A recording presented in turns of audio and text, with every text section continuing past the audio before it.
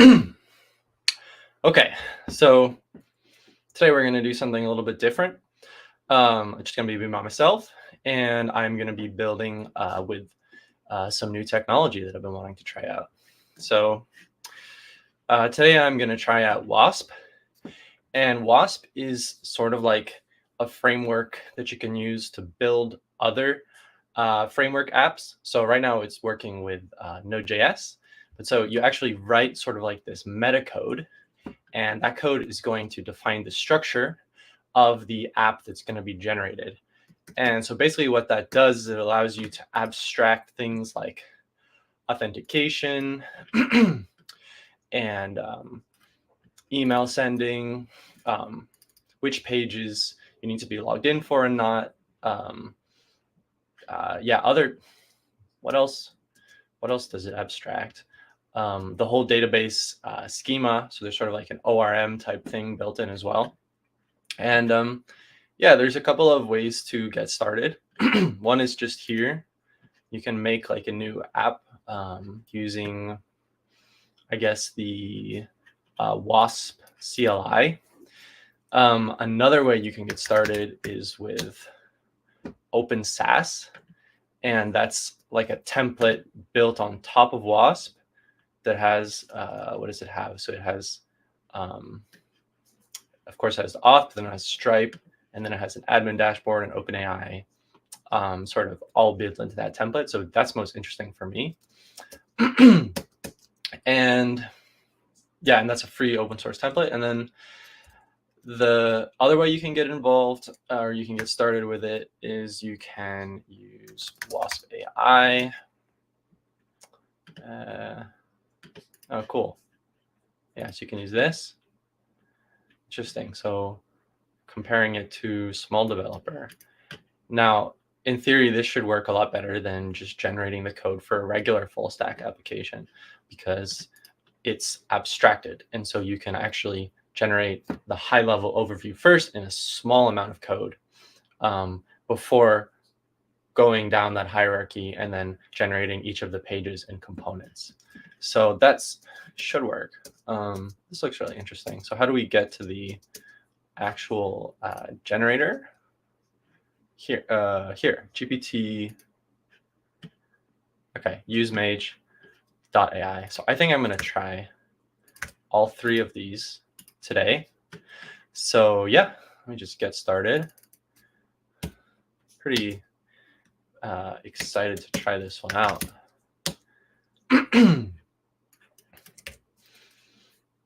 Because I think, okay, that was fast. Wasp, new, my fun app. Because I think something like this, okay, that's done.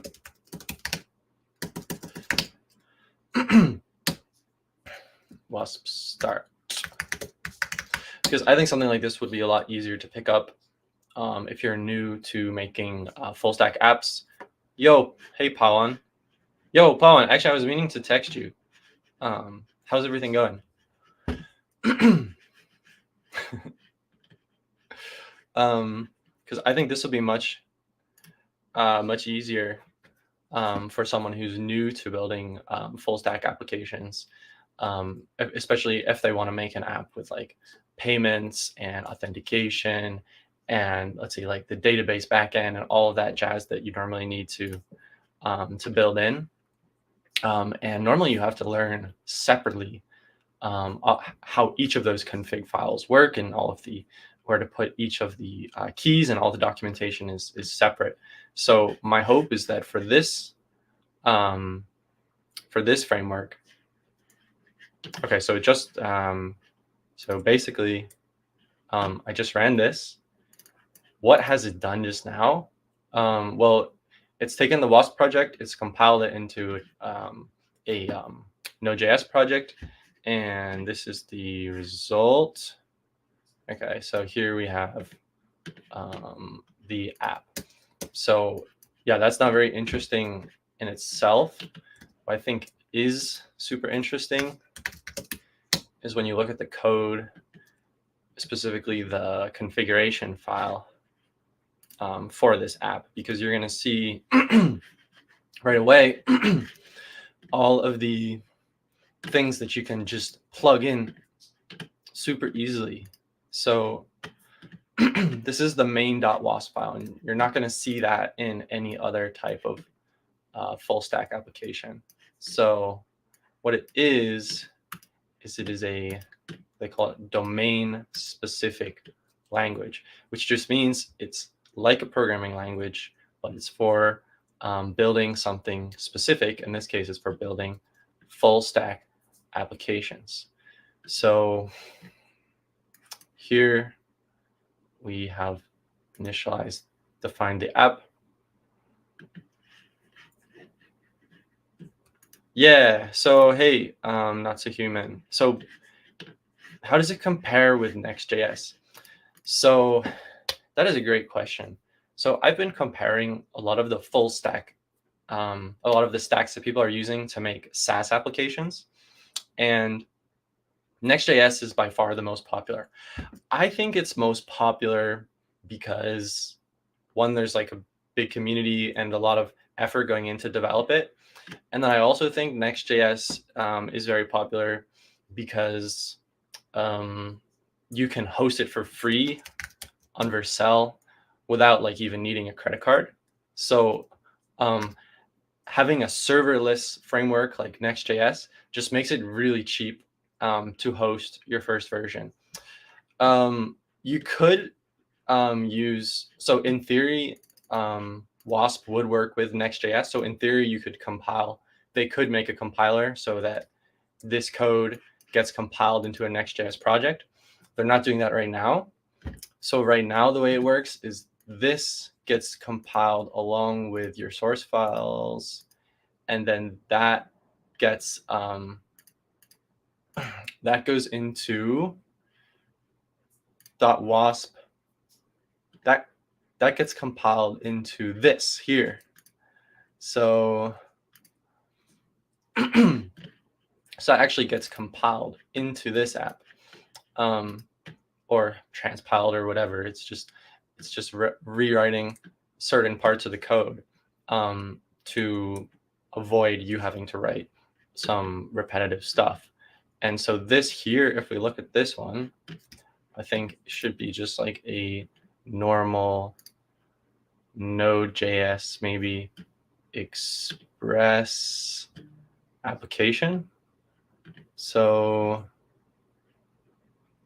but now I'm lost here because I don't see the Node.js part. Oh, they have a server as well in the.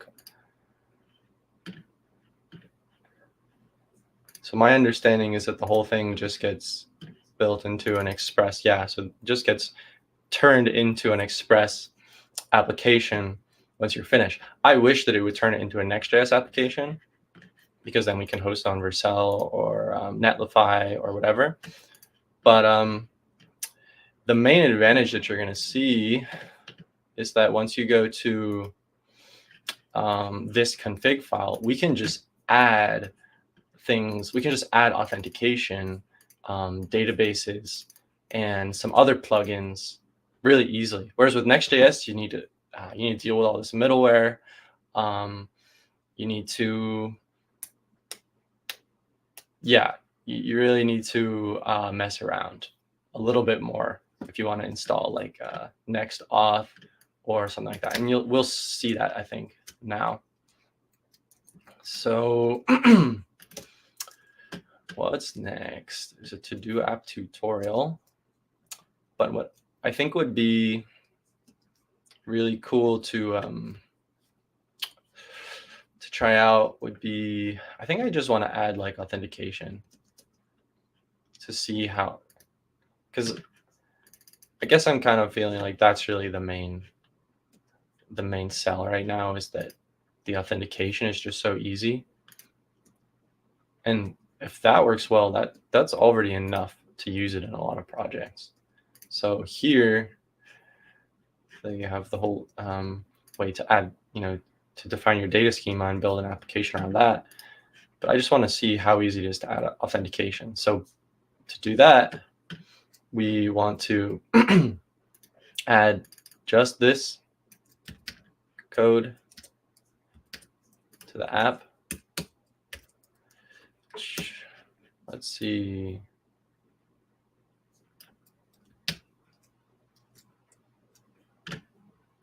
Something like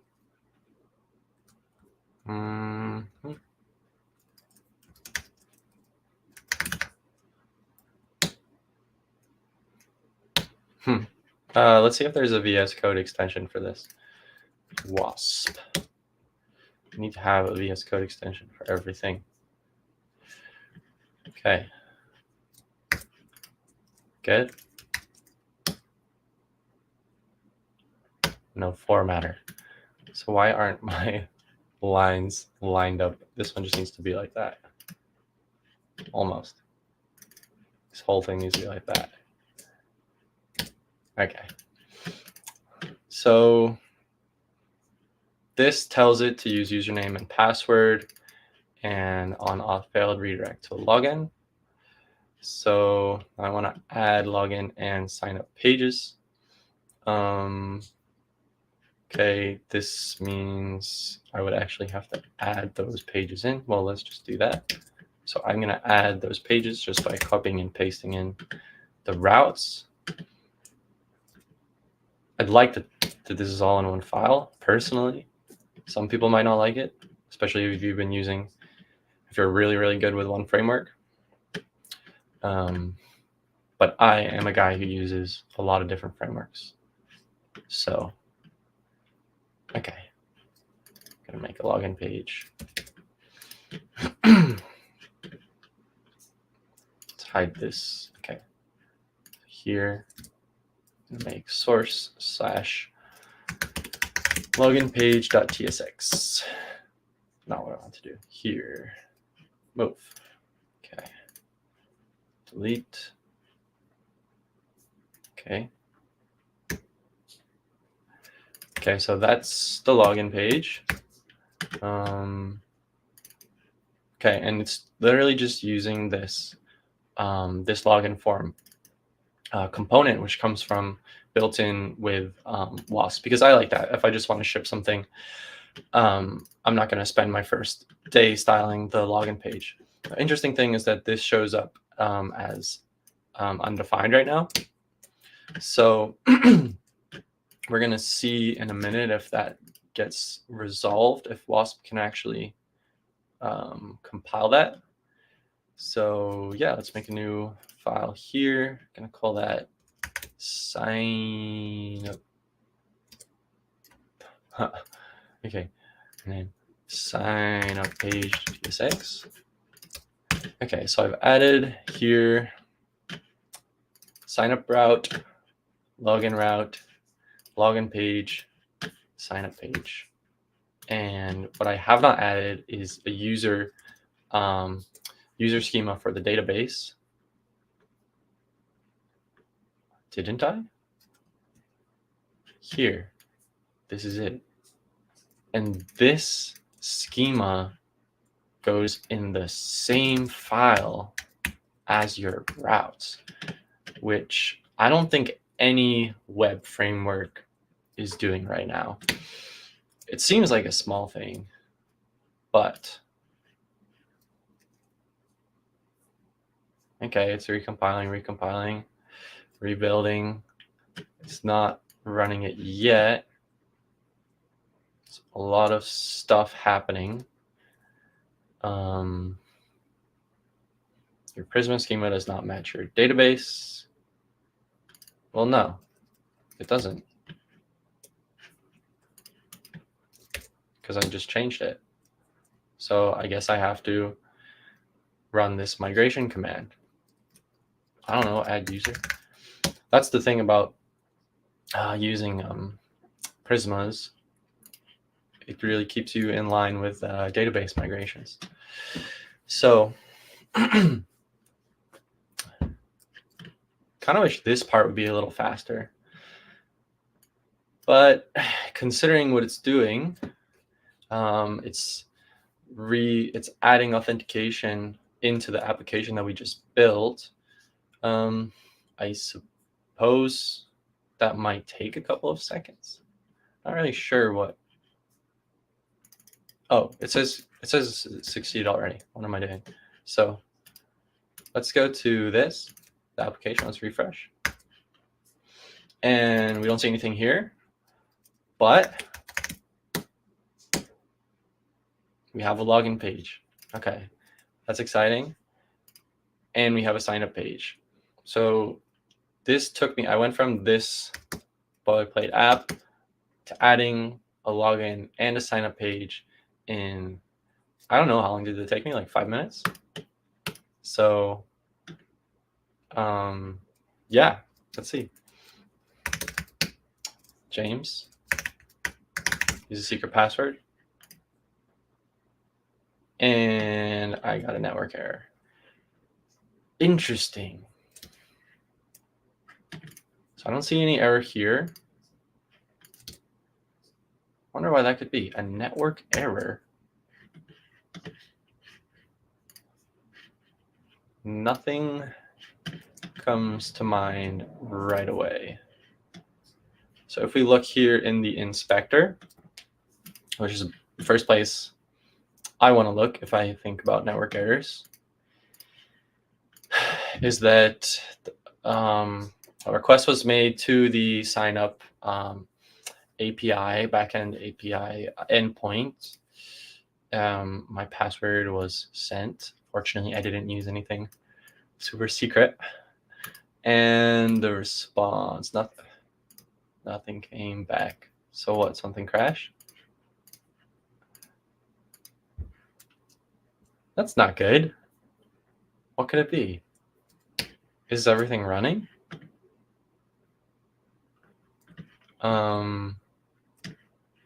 There's no error here. The migration was successful. Let's go back to the tutorial. See if I did everything correctly. Create user entity. Tell Wasp to use, we did that. Tell Wasp to use the username and password auth, we did that. Add login and sign up pages, we did that. Update to the main page to require authentication, well, that shouldn't be necessary if we don't want to. Add a relation, yeah. Okay, so this should all stand alone.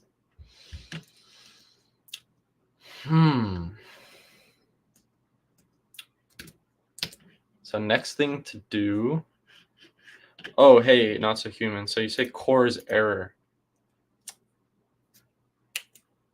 You know, that's interesting. Could this be related to CORS? Oh, that's fair. Okay, let's go back and look. So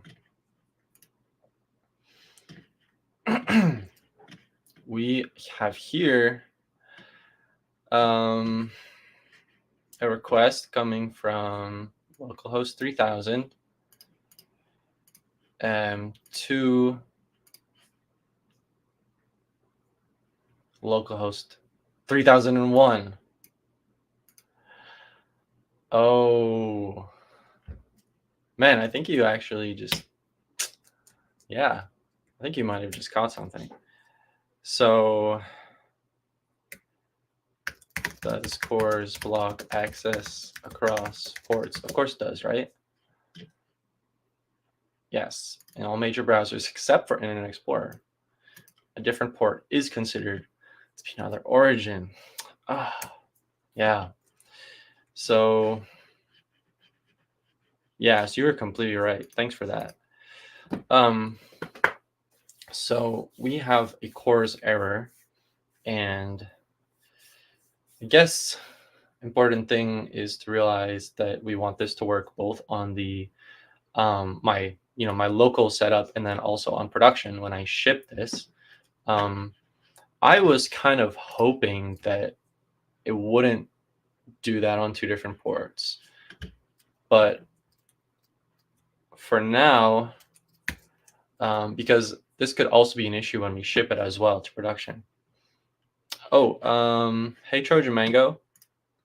No, man. Actually, I graduated a few years back. I'm a developer. I'm a software developer and a teacher. And today I'm teaching myself. What about you? Are you a student? How did you come across my channel? So I'm gonna first do, what Not So Human suggested, because I think that's fastest way to get out of this little jam.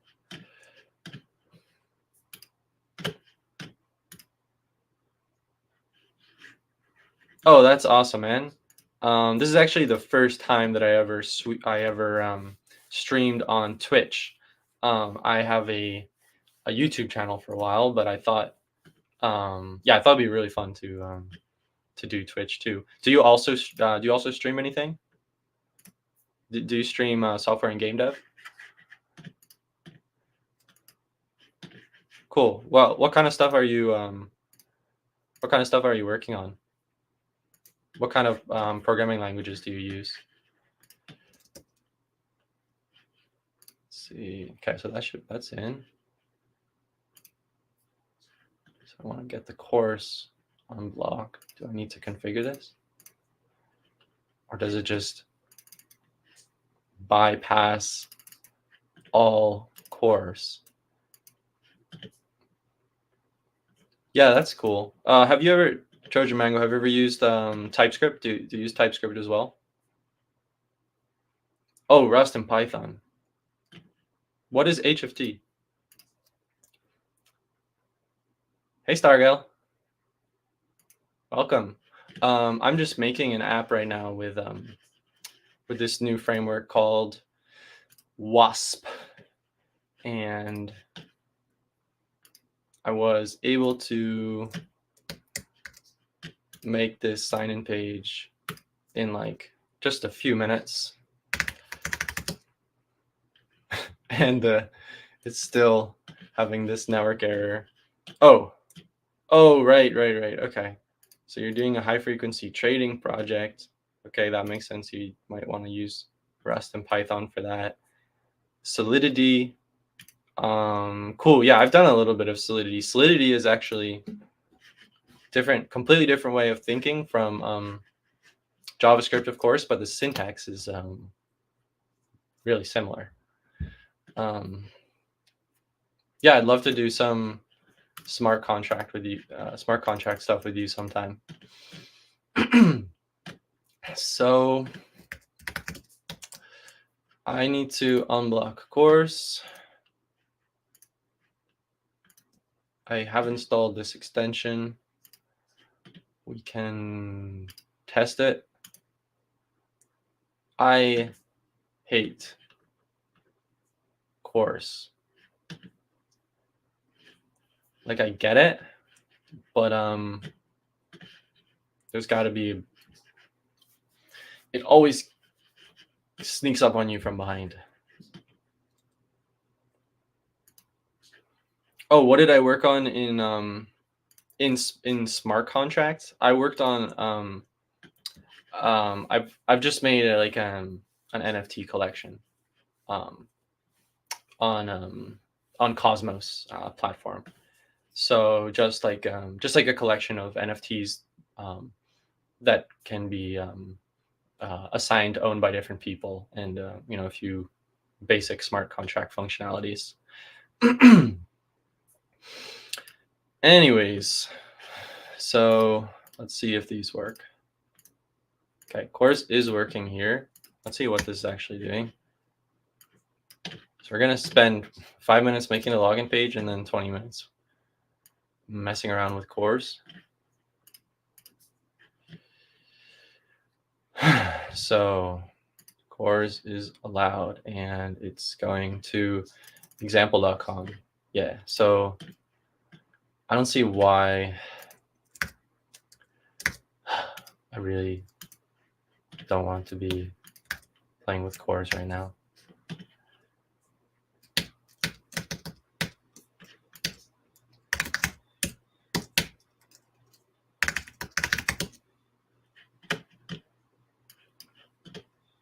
Here, error connection refused.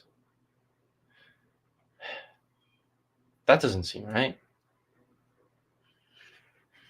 Okay, you Trojan Mango says, I was studying a lot of cosmology. Cool.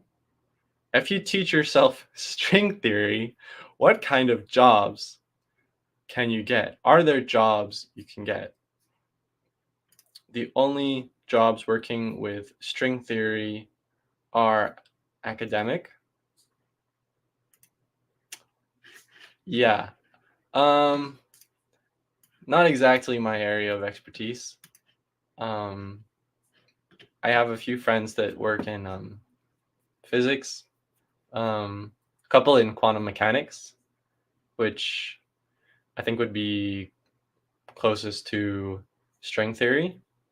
There's actually a lot of new companies in quantum mechanics these days, but I don't think I would recommend jumping into that without being committed to go for it for, at least the next 6 to 10 years working hard on it. My friends that are working in that area, they've been, they've been working since undergrad, master's, maybe PhD. But that's really cool. Anyways, some people are doing quantum physics, and I am here unblocking a CORS error. Oh man, you're not so late. I'm 30, and I'm learning a little bit of quantum mechanics here and there myself, and I think anyone can. Here, let me show you something real fast. Actually, I know this is completely off the topic of the stream, but because we're doing cool developer tools, check out this website. It's called Quantum Flytrap, and I want to do another stream on this sometime. But basically, it's a low-code environment for building quantum computers, and so you're not programming a quantum computer, but you're simulating one.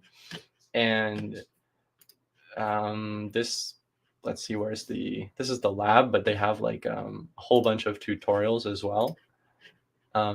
So you can add these components. Like, this is a sensor. This one would probably reflect or pass through a photon depending on what its state is and that kind of stuff. So yeah, so you can get started with a few hours just playing around with fun stuff like this, and you can learn some quantum stuff. And also you can do the lectures, the MIT lectures. They're really fun. And yeah, and I love just learning stuff on my own too. I think it's awesome to learn stuff on your own, and a little bit with friends, a lot with friends too. Cryptography, if you're into cryptography, I think quantum might just be fun for you, just as a fun thing to learn. That's awesome, man. Hopefully we can code something together sometime. Or maybe, oh, here it is. So quantum. So yeah, this is the quantum, components of quantum computers. But unfortunately, we are stuck with a CORS error. So before I can get to that stuff, I have to get to this stuff. And I think, gosh, I'm just gonna actually, yeah. So we might not be on a CORS, so we might have a network, some kind of network thing. Let me just restart this whole server.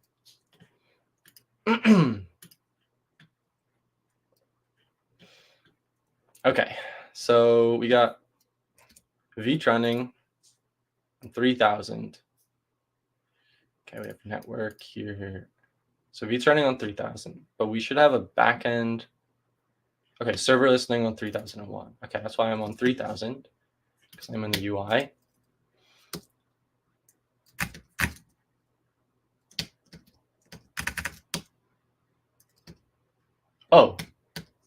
It's got to be working now because I didn't have a number in it the first time.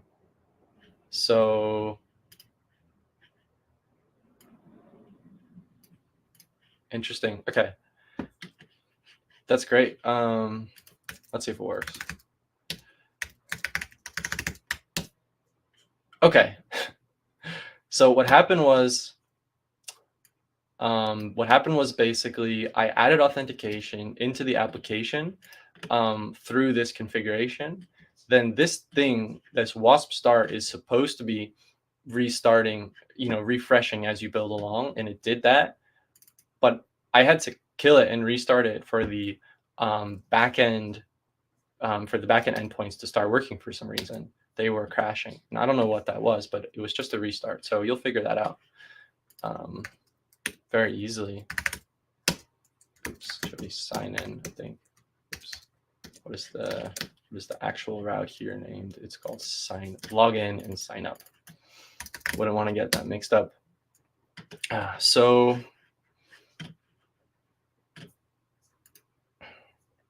if you had to choose, okay, Trojan Mango, if you had to choose between, would quantum be useful? I think quantum would be really interesting.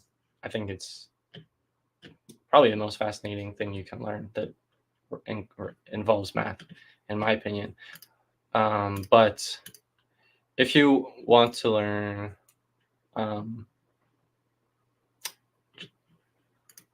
stats, trading bots, physics, catastrophe bond trading.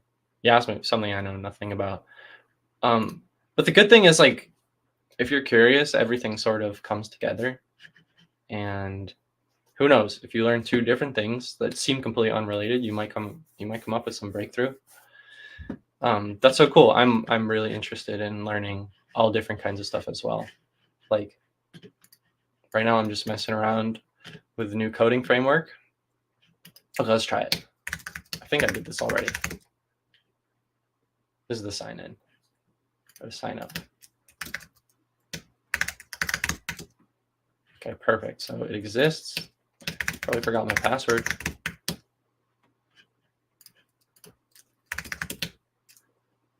And then, okay.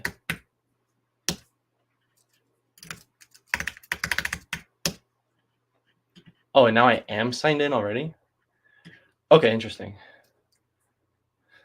Yeah, I'm the same. Like, I like to learn a lot of stuff just messing around, like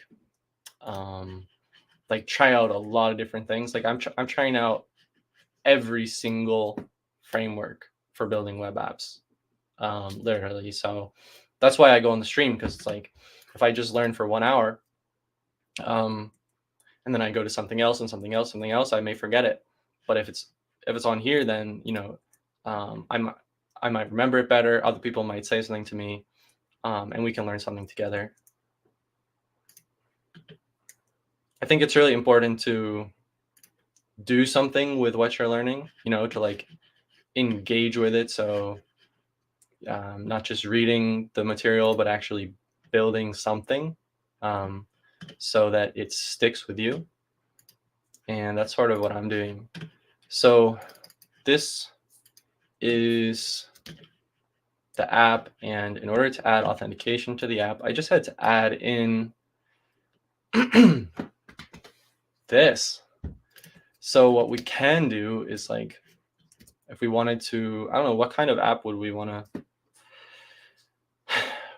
make? Do I really want to make? Maybe just I might be interested in making an app where I can write notes or rate the books that I've been reading, something like that. So just to think out loud, like how I would actually do that. I already have auth here. I probably want to add like some social auth as well. So of course that's not necessary, but I probably just add some social auth to my app. And cool. So maybe with one line of code, I can add social auth. And then what else? And then I want to actually add in like the whole entity for a book. So I'd want to add like books into the database here. So I guess it would be something like entity book. I'm not actually going to build this right now. I'm just thinking, you know, so it'd be like, and then I'd have to figure out what the right schema is for, you know, the title, the author, the user that owns it, this kind of stuff.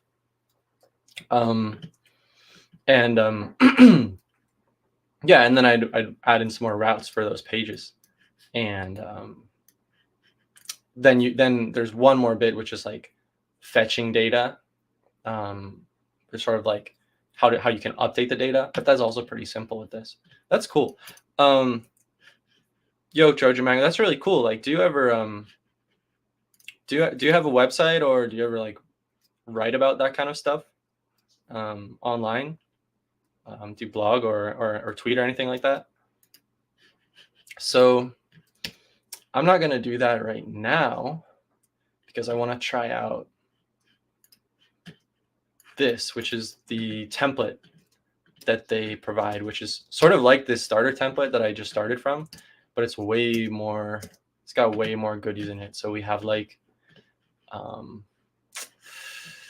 Stripe integration, we have admin dashboard, sending emails, and OpenAI, like whatever you want. And yeah, I'm really excited about this because there's a lot of templates out there for making a SaaS app that are not free. It might cost you $100, $200. I've been making a list of them actually. You know, a lot of these templates. There it is.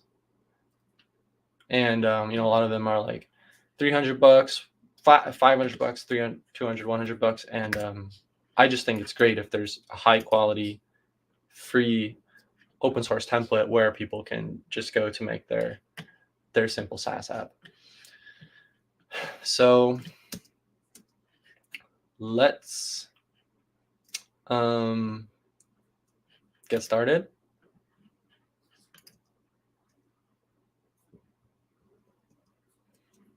And okay, I want to get started, but I'm just reading about all the features now. Okay, next. We have done this already. Cool. Okay, so we've done this. We've actually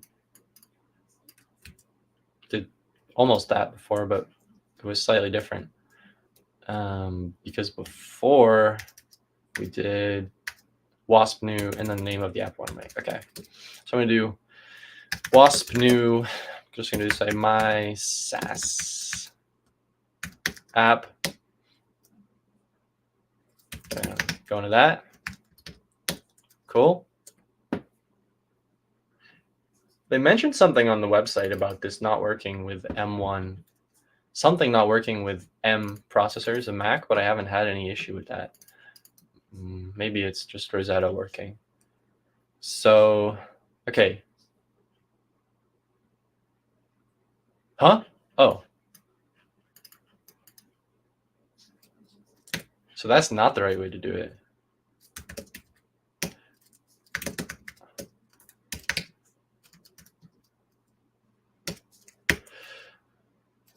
They want me to do this.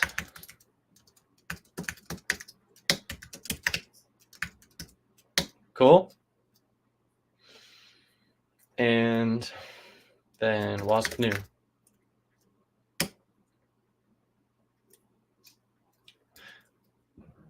Okay.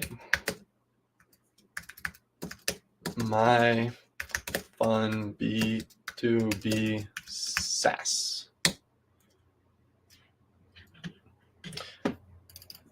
This would have been a better way for me to start. So now I can see everything that you can make here. We can make a basic app with a single page, no authentication. We can make probably the to-do example with the Prisma database and the authentication. we can make a SaaS application with authentication. Okay. The main thing I think is really the Stripe payments. Like if you have a good template that has authentication and Stripe and Prisma or any kind of database or ORM built in, then you're already, those are all the things that everyone does not want to do when they're testing out their SaaS ideas. So what everyone ends up doing. So we have another example for vector embeddings. And then they have the AI generated one, which we will try at the end of this. So I want to do the SaaS. Okay. Oh. No spaces in your project name. My SaaS.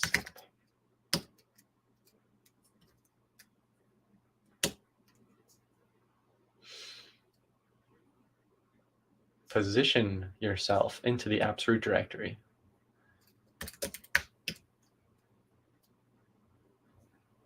But then, what's this then?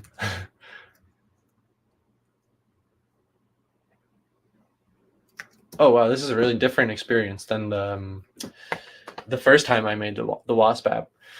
So now I'm running the database separately.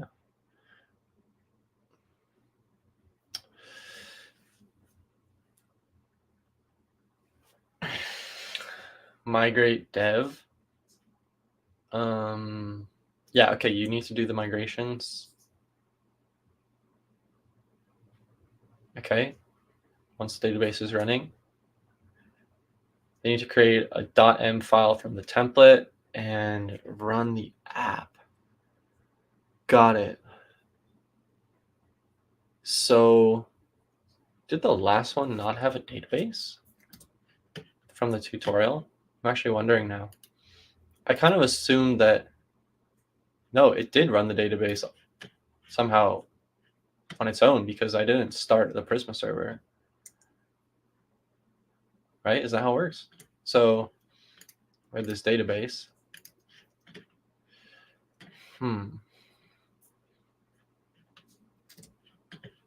But here they want me to do wasp db start and then wasp start. I'm curious what happens if I don't start the database.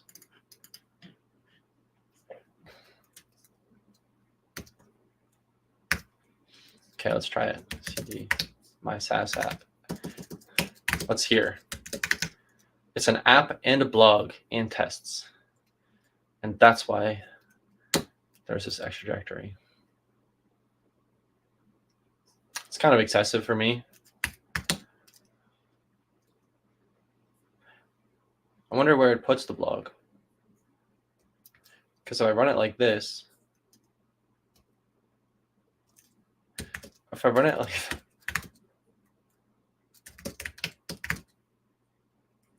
okay, but I don't understand why they put a blog, why they added an Astro template into their template, because they're not really connected.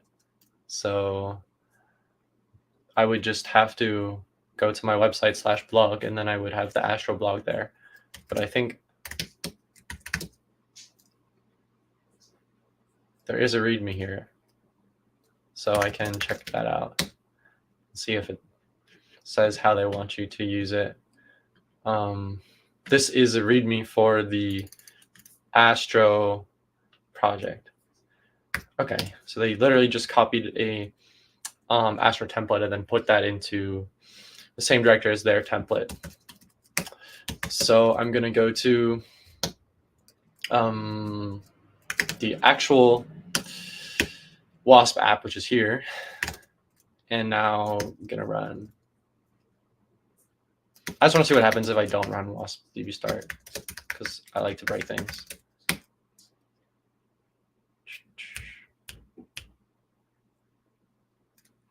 It's going to install a bunch of dependencies first. Yo, hey, what's going on, everyone? Thanks for joining. So I'm making a lot of full stack applications these days, and I have a lot of friends that are doing that too, especially in build space as well, where people are building their different ideas. And a lot of people, they just want to make an app where you can instantly come up with an idea and then charge people money for it. So to do that, you need to have a JavaScript front end, back end. You need to have Stripe. You need to have some kind of take people's credit cards, and then you need to have some way for people to log in. And well, they say that can take days, but of course, people find much faster ways to do it. And then I'm trying this out, which seems to be one of the fastest ways to do it. We got a sign-in page in 5 minutes. And if this works, then yeah, in a few, maybe like 10 minutes or so, we would have a working app with also with payment integration as well, which is pretty exciting. I don't want to mess that just gives me more time to do other stuff. So let's see. I gotta start the database after all.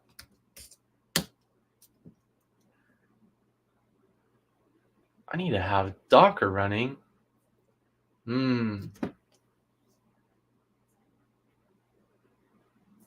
Starting a Postgres dev database based on your Wasp config. Okay. I got it. But I just don't get why in the first project I didn't have to start the database. And now I do. It's like starter templates. So I want to look at this tutorial that I just did. Okay, tutorial app readme. Perfect.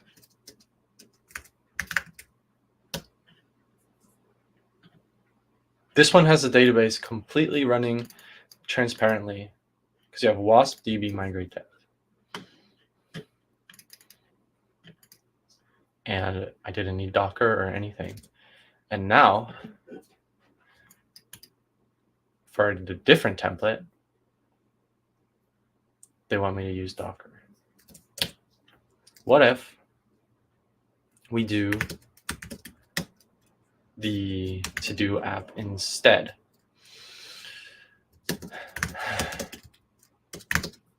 Okay.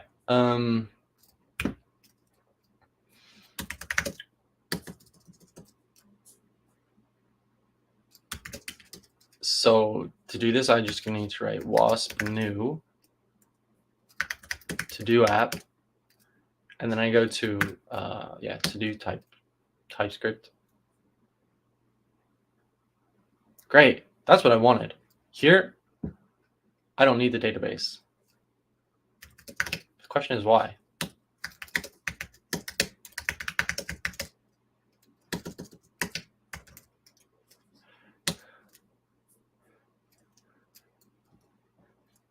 So that's gonna basically just somewhere there's a blank database, there's an empty database, and running wasp db migrate dev is gonna add the records, not the records, but the schema. It's gonna set up the structure of the database.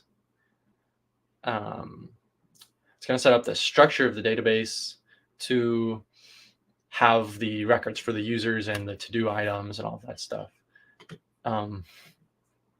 But it's good that I didn't have to do any Docker containers for that database, but in the other template they want me to. So you were asking like oh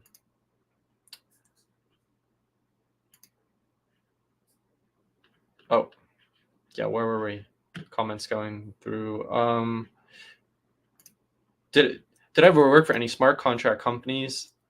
You're wondering how much it pays to be a Web3 developer and what kind of companies there are.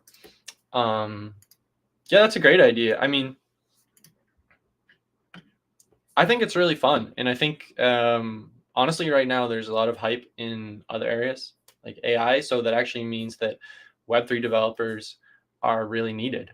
There's a huge need for smart contract security engineers and other kinds of smart contract engineers. I have not done too much work, but I've worked for one company. So if you just want to, if you want to hit me up on Twitter, it's literally just same username on Twitter as here. You can just ask me about that. I can tell you about a couple of companies that I've worked with before, but I'm not really deep into smart contract stuff. I'm more into more of a Web 2, even Web 1 kind of guy. Just retro. So that works. Wasp start. Yeah, here we are. So all right, I'm in the to-do app. Wasp start.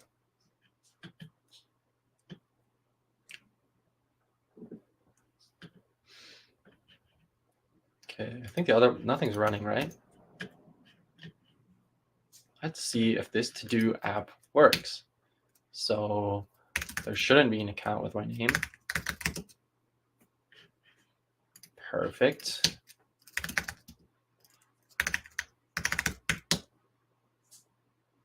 That made an account. Cool. And it's cool. You just make your account right away.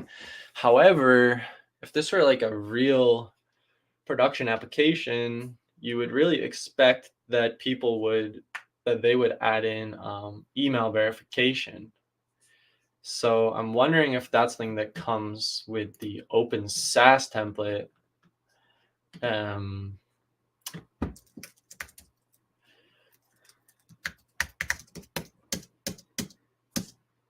might send them a message about this. I think, yeah, because I think you'd kind of expect, how would you build in that email verification if you didn't have it already?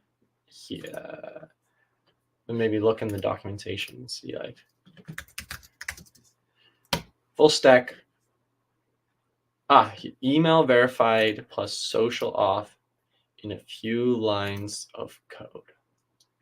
Perfect. This is what we have, basically. Well, this one. No. This one is probably what we have in this template. Let's have a look. Because I want to know, of course, I was wondering why I wasn't verifying my email, but it's not there's no email. There's just a username, obviously.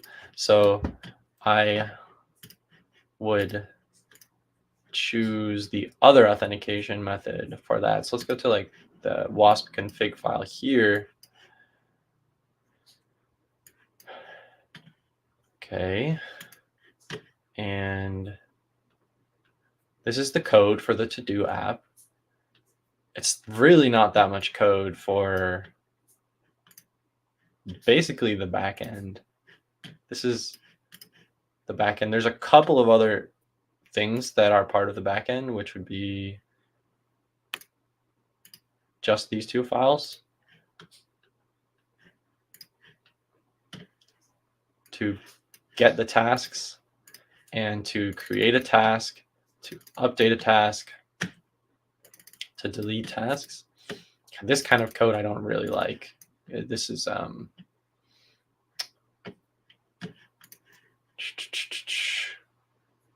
just Prisma syntax, which people think makes things easier, but it's not super readable. So let's go back to the main.wasp. But aside from those backend, the whole thing is configured in here.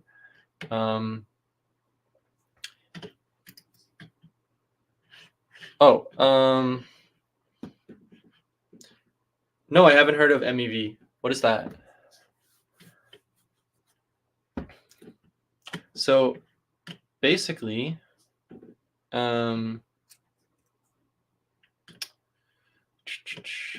yeah, so all of the database and sign-in stuff is into this one file. I'm kind of wondering if, like, in the future, like, if I just want to add a backend endpoint that creates something or updates something and deletes something, why can't that also be part of the main.wasp file? Like, I understand that you want to be able to write this so that you can put some custom logic in here. Like, I don't know, maybe the task needs to I don't know, have some default values, or you want to be able to add some or check before deleting a task, maybe if it depends on another task, for sure. But maybe I don't. Maybe I'm really lazy.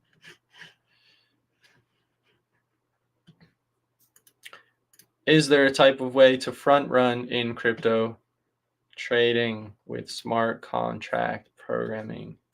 Remind me, what is front running again? You're the expert on that.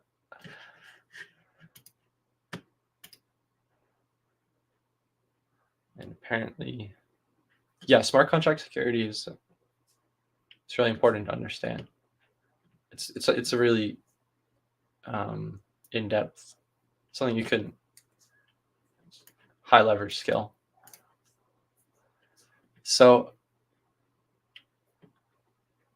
okay, this is the login for the to-do app. So let's see how the to-do app is going. What do I want to do? Well, delete. Okay, make my app. Let's make the app first. Delete my app. Done. Works. And then what I kind of wanted to do was like email. I wanted to do email sign in, but this should be interesting because it says not to use username and password, which I wouldn't do. But so kind of interested what happens now that I've done that, because here's,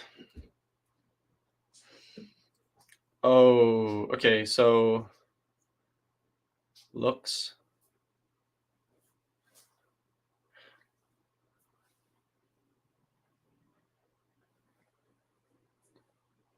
Yeah, talking about smart contract security, there's like there's a bunch of different types of hacks. I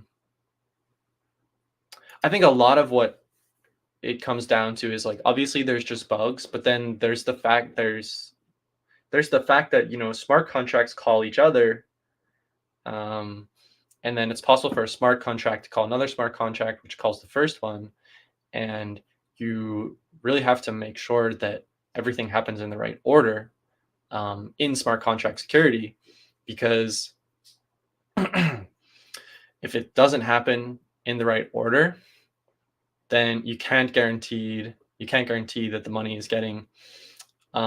isn't getting moved from one account to two other accounts at the same time, which is the whole innovation behind distributed ledger and blockchain to begin with. So that's sort of I think it makes it really tricky, is making sure there's everything is happening in exactly the right order with no room for messing around with that.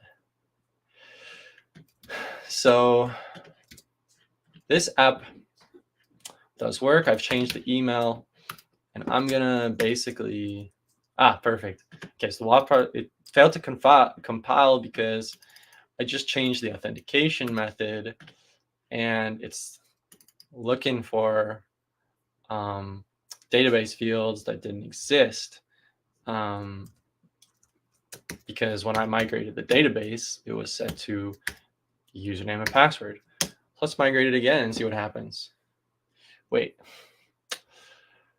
I cannot migrate it again because the from field is probably not here in the user entity. For dictionary field auth.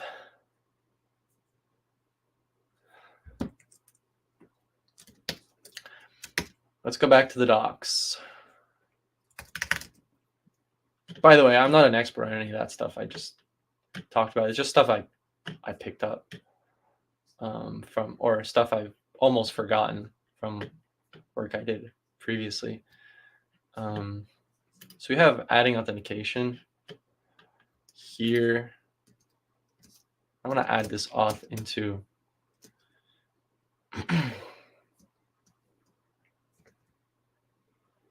get these tax. No. What I want is the auth auth UI email. Okay. So that's probably going to require me to put a couple of fields in addition to just that.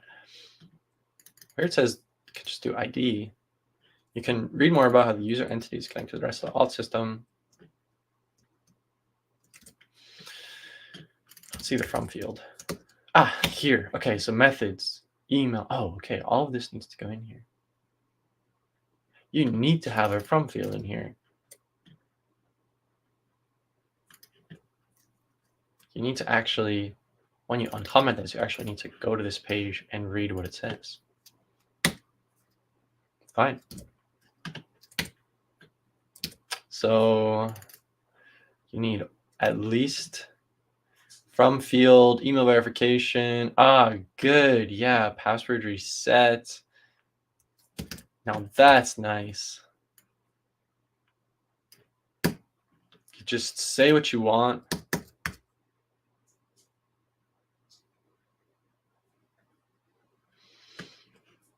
Now we don't have these files here. So probably I need to add a couple more things. Chris says, you're really good at coding with different types of languages every time. How did you learn to code like that? Can you give me tips? I struggle with new environments. I just recommend have a lot of patience. Like, I think a lot of people think that when something's not working, that they're not understanding it, or that they've done something wrong.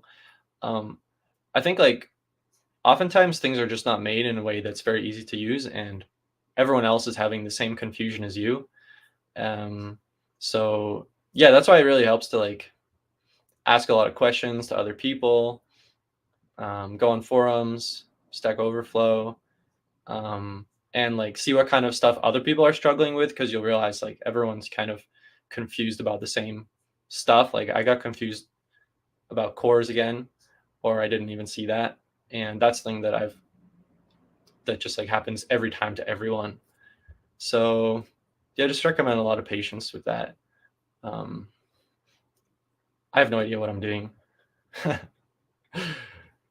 And what kind of environment are you trying to pick up now?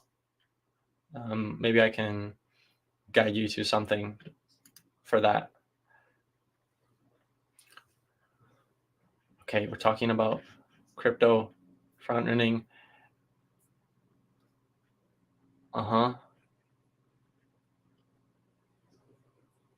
Okay, so it's kind of like arbitrage 100. You might actually influence price. Okay, so it's kind of like arbitrage. You might actually influence price on exchange while doing this on the blockchain. Yeah.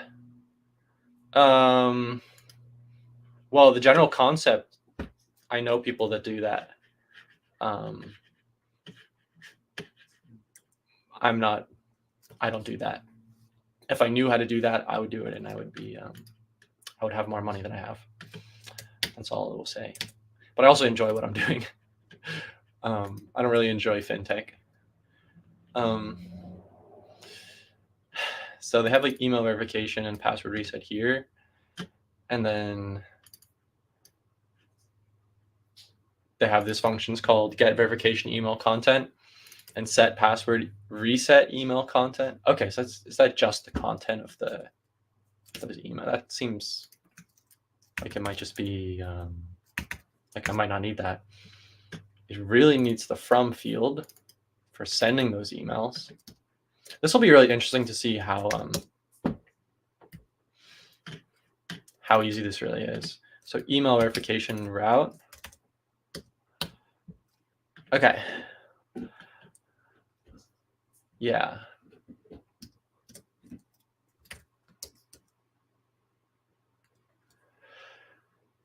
When the user receives an email, they receive a link that goes to the client route specified in the client route field. In our case, this is the email verification route we defined. I didn't define it.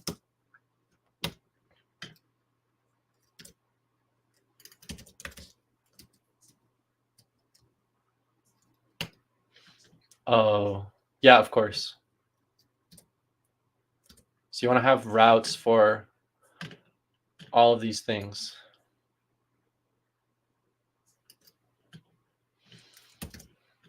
The trick right now is that we are writing a lot of code, but the idea is that we would otherwise have to write a lot more code to do the same thing.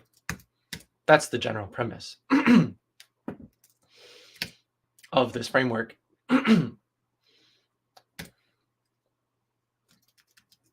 Or not framework, whatever they call it. Your Wasp project failed to compile because the email sender must be specified. Yes, I want a dummy sender because I do not want to go set up Mailgun right now.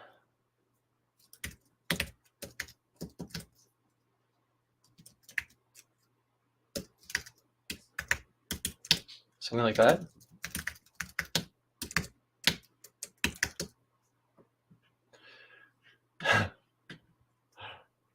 What is this?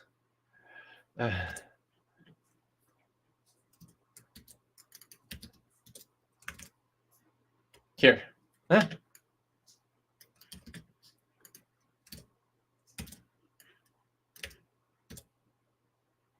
Oh, it's not even part of this. But my favorite thing about this framework is about using Wasp is 100% this syntax. Like, I think it actually takes a lot of thought to come up with a syntax like this, where you can do the things that you most commonly need to do with just enough detail. Just enough detail in the syntax that you can get all of the configuration, all of the flexibility that you might want, but not making it any more complicated than necessary, because you really don't want to spend hours doing authentication when you're building a new SaaS. Like, half the time it really doesn't matter if, and that worked, that's great. Half the time it really doesn't matter if you're using username and password, or I would just use Google auth or something like that. And it wants to have an auth.jsx file. So it's like, this is like a password reset page, which I didn't make. And this is a request. It is 2 pages to request a new password, which I didn't make. I didn't make this either. Like, I don't want to make all the pages. I just want to know if it works, honestly. Right now, I just want to know that I could do it easily.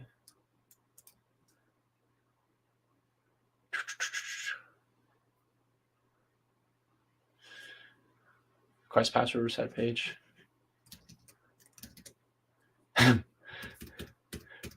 Does that not?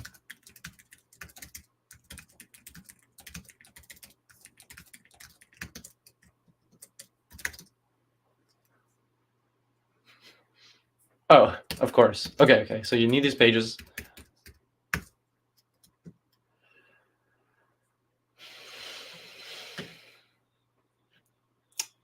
We need to have some code that's going to reset the password.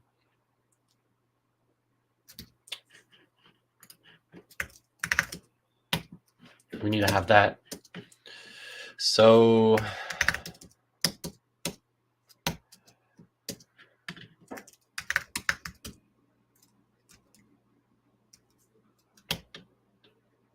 okay. A bunch of boilerplate in pages / auth.jsx. I think the one that you really need to have is where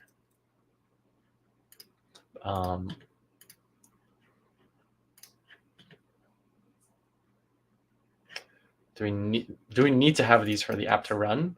So we have like email verification, and that requires you to have an email verification route.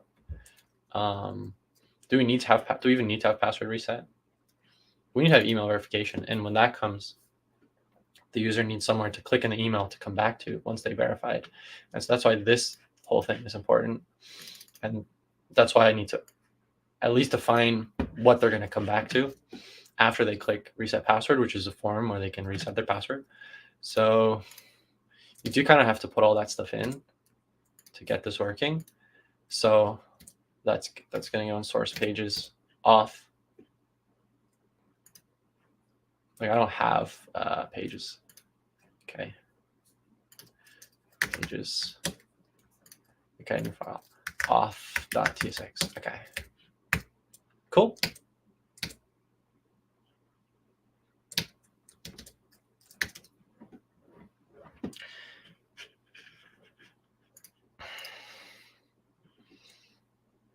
Yeah, having to learn things from the ground up. Do I have a schedule? I don't have a schedule right now. I'm just working on a bunch of stuff right now, so it's a little bit difficult to get like that schedule. But one thing that we're gonna do, and we've done like a couple times and it went really well, is we're gonna have sort of like meetups on the stream too. So there's gonna be one for there's gonna be one for this, so for full stack development, and then there's gonna be one for low code, so building apps without coding, drag and drop kind of stuff. And then there's going to be one for machine learning, which is more advanced. And we're gonna be doing those hopefully regularly with a small group of like around 5 people. What are you saying? What's scary? With like a small group of people, and we're gonna come together and share different stuff.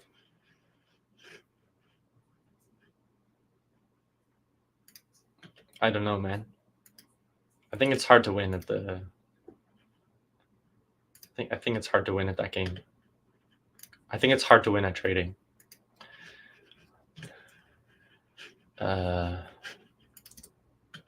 So the error that I got now is, yeah, that page is still missing. Oh, so source / auth.js. Yeah, so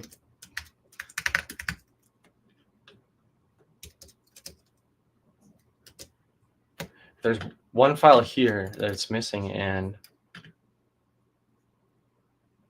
it's saying what fields are required for the user sign up.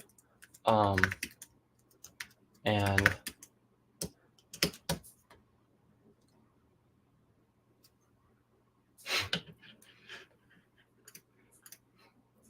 is it harder to win in trading or poker?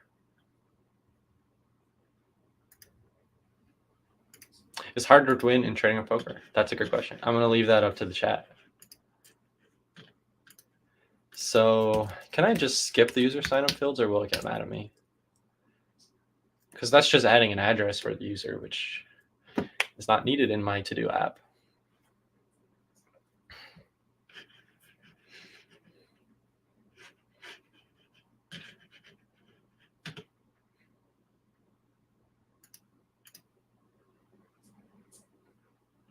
I agree completely. Yeah, I think you can learn this stuff, especially with all the stuff on the internet, and having a mentor helps a lot. But I think it's really not that hard to be top 20% in math, because most people don't even try too hard. So I have right now just commented out this username and password bit. I've copied in this kind of basic email configuration from the docs. So there's like, what email do you want the email verification email to come from? hello@itsme.com. Cute. And then what do you want to call, or where do you want to route the pages to when someone resets or clicks on the verification email? And so yeah, a few more lines of code for that. Did not have to change the database schema at all for this, which I think is the big win here. Changed completely the authentication method, and didn't have to mess around with anything in the database. Don't think I had to migrate it. And just added a few pages, really, which are just all stock pages. But you probably want those there because you probably want to know where these are so you can change this text. And just tweak it a little bit later on. And yeah, this is the only code file that we added to get all of the email verification stuff.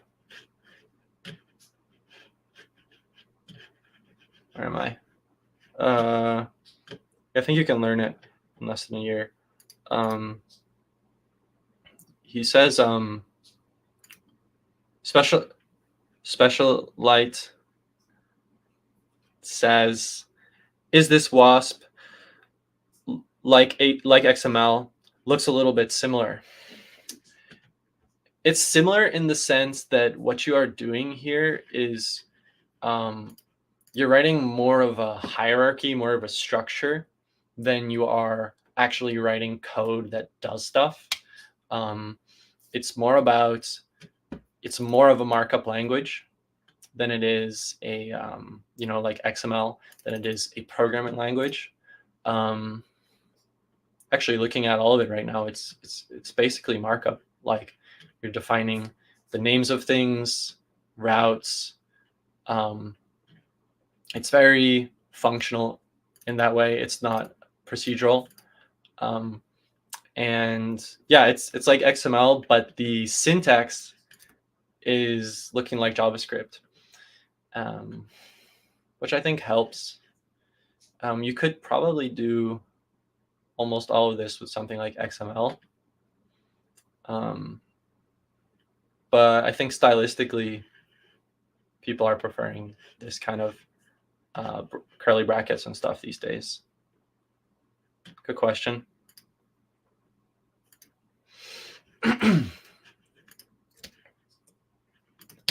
So yeah,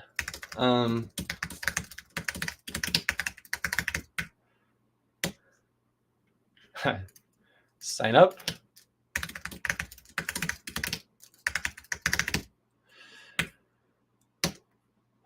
Okay. Do I have let me check my email. If I actually got something, or if I'm looking through all of my spam right now to see if anything came through. I don't see anything. I might have to assume that the built-in default emailer let me down here. Oh, there is the dummy emailer that I use here is actually not connected to anything. They just do that because like yeah, just like if you try and send an email through SMTP on the local host, sometimes it'll work. Maybe it gets blocked or something. So they just put it in here so we can test it for the test case.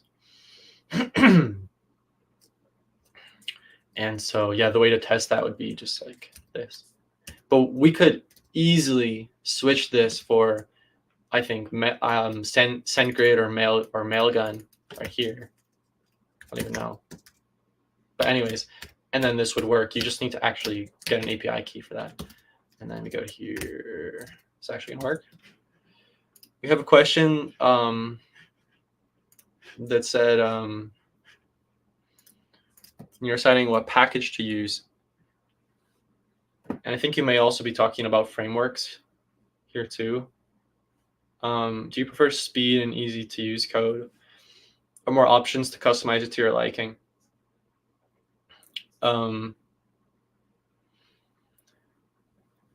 There's so many options right now. On the one end, you have stuff like, I'd say this is pretty easy to use. What else is easy to use? I mean, you could just use like React and Firebase. Yeah, framework. So you can just use React and Firebase or React and Supabase together, which are like hosted services, which take care of a lot of the stuff for you. Setting up an app with Firebase is really easy. So that's like on the easy end, and this is also on the easier end. And then on the more harder end is probably, I mean, a lot of people use Next.js, and there's some other, yeah, you can use obviously like Express. So that's on like that's like on the JavaScript spectrum, like easier and harder. I always like to try the easiest thing, and because I like to teach, and I don't want to teach people how to make login pages. I want to teach people how to make their apps. And so I'm always looking for the easiest thing. But sometimes you learn downsides of them by trying it, and you outgrow your shell, sort of like a hermit crab. You're like, oh, this shell is really comfortable. It fits really easy. And then you're like, oh, I just can't do that thing anymore. It's also called leaky abstraction. And then you need to throw the thing away and get a new shell. But I think that's always better for me than starting with something that's too big. Because you start with something that's too complex, then maybe you lose motivation to build the cool thing you were building, and you never get to share it with people. And that's the worst. It's kind of funny because it says that it has a status code 500. And then it says your email has been verified. And then it says, and then it asks if everything is okay. So I feel that everything is okay. But I don't know about you guys. Request failed. Doesn't even make sense. Well, we'll know soon. So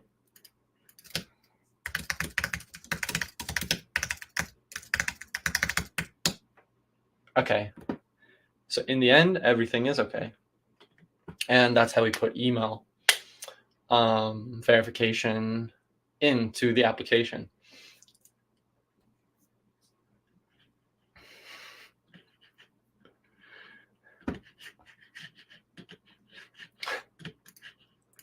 So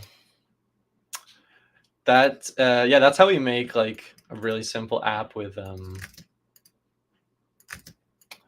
authentication in it. They have this framework, this other template here that I wanted to use, which is called OpenSaas. But they said that I need to run the database separately in Docker, and I'm just a bit lazy right now. I'm always stubborn if I can do it without setting up a whole bunch of things, I'm happier to do it that way. But that would allow me to do probably the same thing that I just did, but also to have payments in my app, which I really want. And I don't really want. Okay, so file uploads with S3. I can see that being useful for something. And OpenAI, I guess it depends how in depth they've done it. Like if it's just one API call, I can do that as well. But I mean, it's pretty nice to be able to make AI apps really, really quickly. Trojan Mango, I'm also confused, man. Or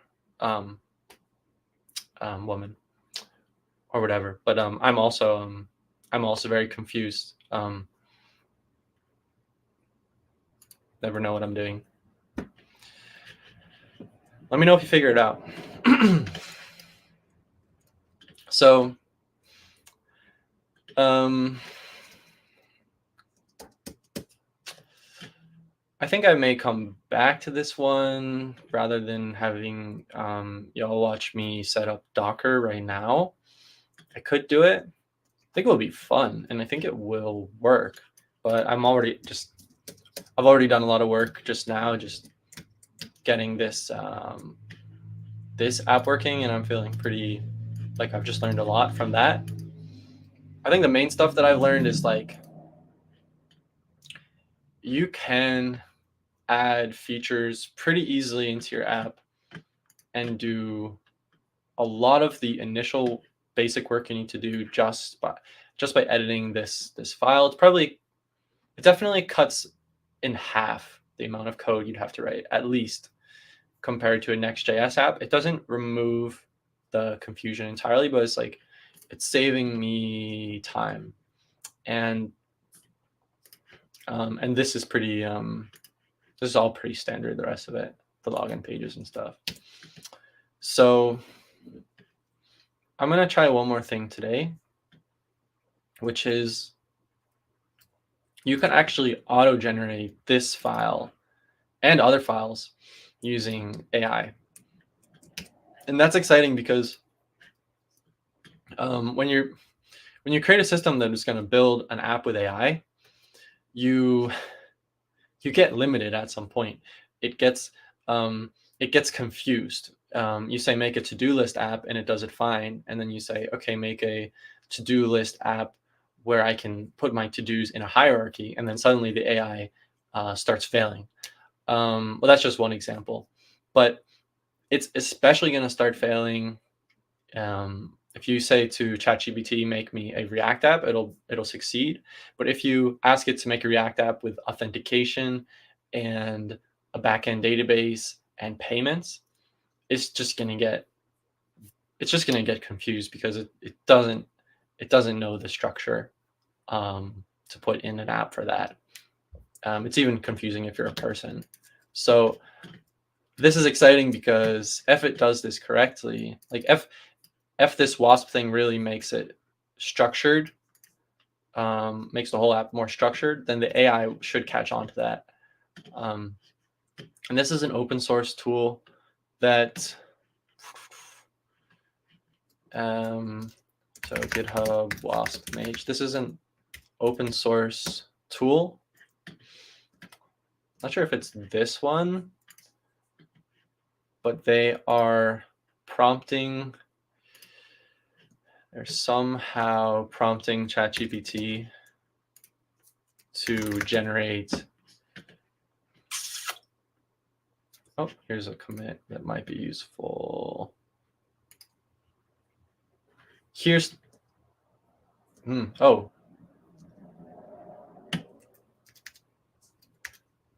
I'm just looking for the prompt that they used to make this, but they are somehow prompting ChatGPT to generate this schema, which we've been kind of staring at for the past hour. So I just want to make, this is my last thing that I tried, a dating app for plants. I think today I want to make an app called My Books. Maybe I'll call it Better Reads. And let's say this, do I need to put in the auth method? No, it has this here. It only allows username and password, which we learned today is like not really what you want to do. Okay, but we also learned how to change it over. I'm not sure why they don't have the other ones. Creativity level. Oh, okay. Never seen that before. And I'm going to, I'm going to describe this very, very well. So I want to have, okay, this is an app for tracking the books I'm reading. This is going to be really simple, similar to the To-Do app, honestly. I just want to start out with something simple. And so I'll say like, allow me to enter a book title, author, my review, stars out of 5, and my comments on the book. Store these in a personal library for myself. I mean, I should be able to delete,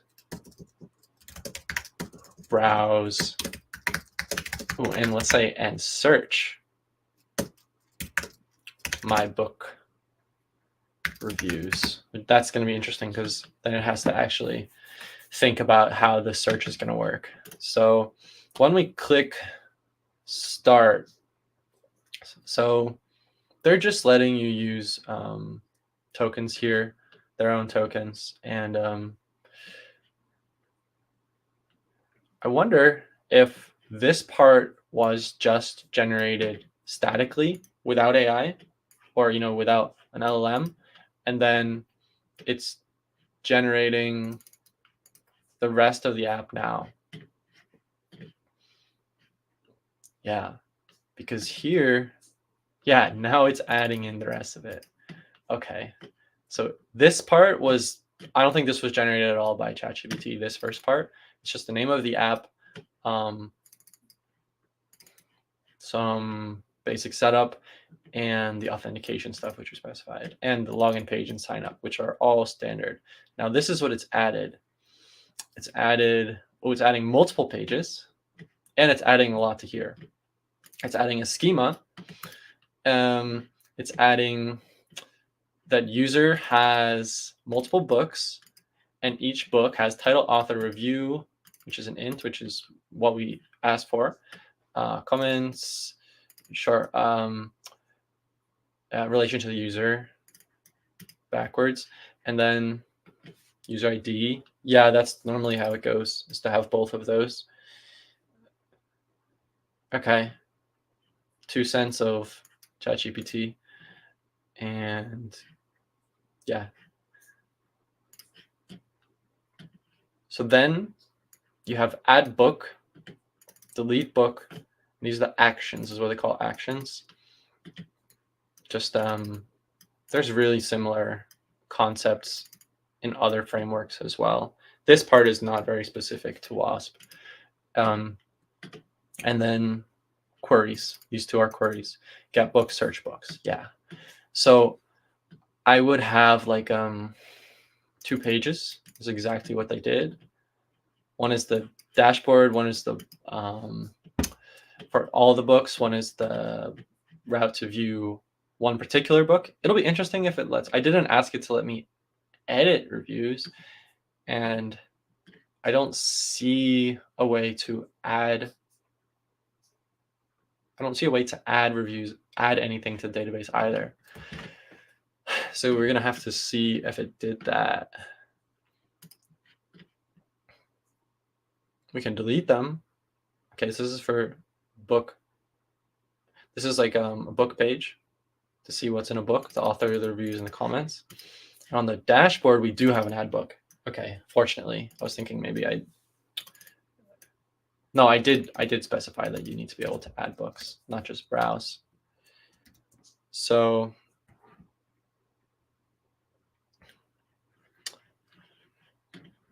So now we're going to try this out, and okay, it looks like they have a form for, yeah, it looks like they have a form for adding in the properties of the book you're inserting into the database, and then they should have here like a list view, and hopefully you can even search it. So cool. So how do you actually get this to work? What is this? Run the app locally. We've done this today. This does not actually host anything. That would be cool. It does let you share it. So I'm going to share the app that I've just made with all of you. So you can also try this. But so what I'm going to do now is just, it's in my downloads folder. So I'm going to go to that downloads folder.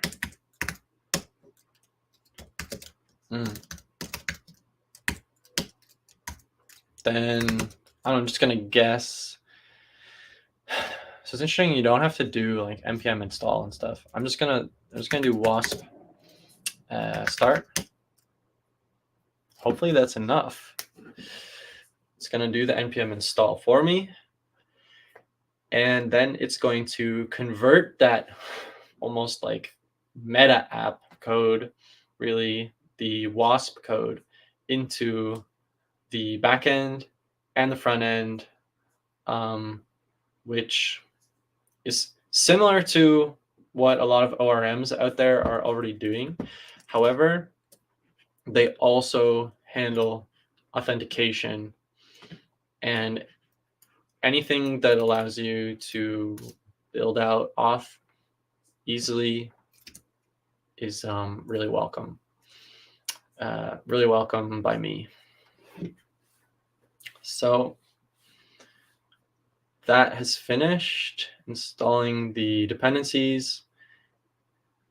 Oh, we got some error. Database, it does not exist. Generating Prisma client. Database is okay. Okay. And that's cool. So I had an AI agent generate the entire code for this app. I haven't touched a line of code myself. I haven't configured anything. I haven't set up a database. I haven't configured auth. I haven't put any API keys into my app. I just CD'd into the app source directory and I ran wasp start. So obviously I need to sign up. I love books, my username. And we saw today how to add an email verification. It took me maybe 20 minutes, but next time it'll just take me 5. So yeah.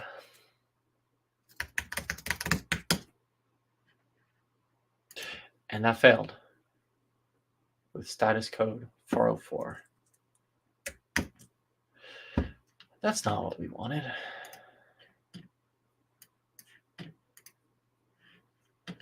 Auth, username, sign up. Are we on the right port? Are we all on the right port over here? Or has running 2 Wasp apps at the same time confused us? So let's stop the other app and let's run that one more time. So close the to-do app. I'm going to run wasp start. So this to-do app is gone. I'm going to run wasp start again. Hopefully that should be much faster now. And let's see if are we still getting 404? No. Okay. Just going to log in. Okay, let's go. So I love books. Okay, now we're gonna try again. Wait, I thought I signed up. I was going to sign up. Okay. There was a database error.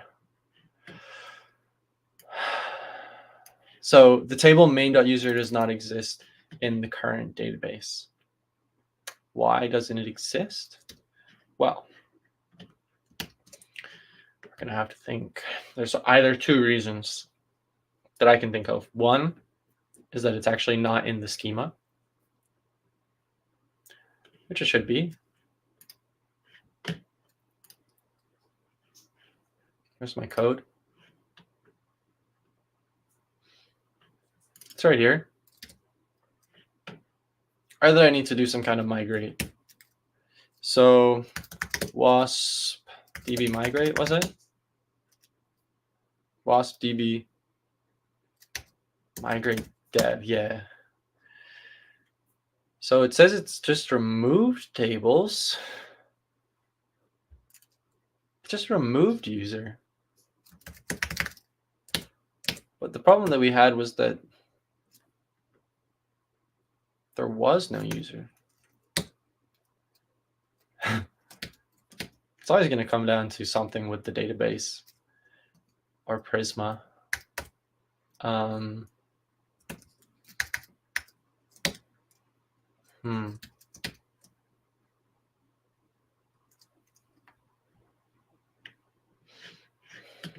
I really hope this works. A lot of hope for that. That's good. When we see that validation, because the validation is all server side. And I found that out when I was testing the To-Do app. And I love books. Tricks, I swear I just clicked.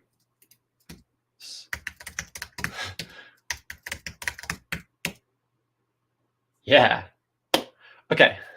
So now I can add the name of my book. Let's call it, let's call it Winnie the Pooh.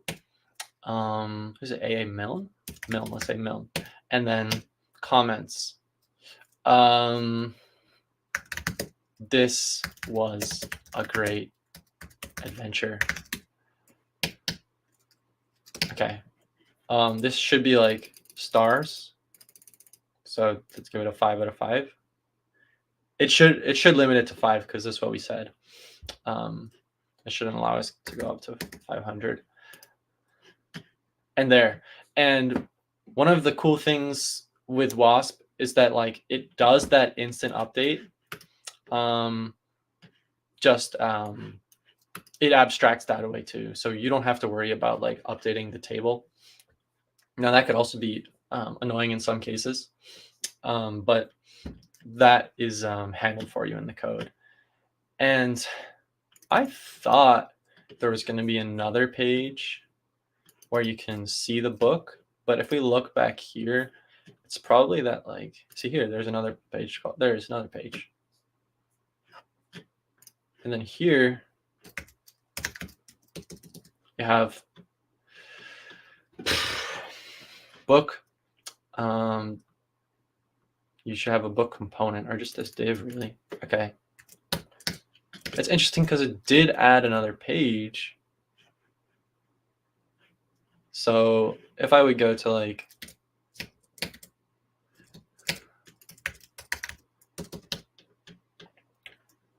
where? If I would go to, I'm in the To-Do app again.